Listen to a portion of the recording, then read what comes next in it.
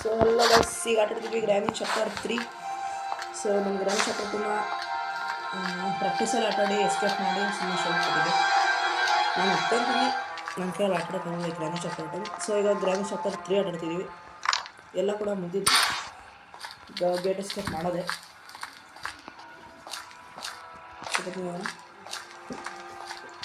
ಅಷ್ಟೊಂದು ಗ್ರೌಂಡ್ ಫ್ಲೋರ್ಗೆ ಹೋಗೋದು, ಈಗ ಎಸ್ಕೇಪ್ ಮಾಡೋದಾಯಿತು.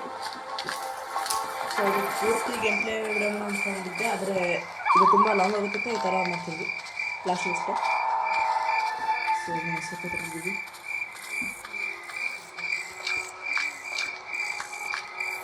ಸೊ ಫೈನಲಿ ಬಾಯ್.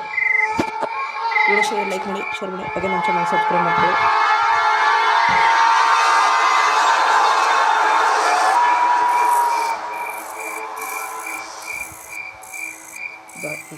Okay friends, bye.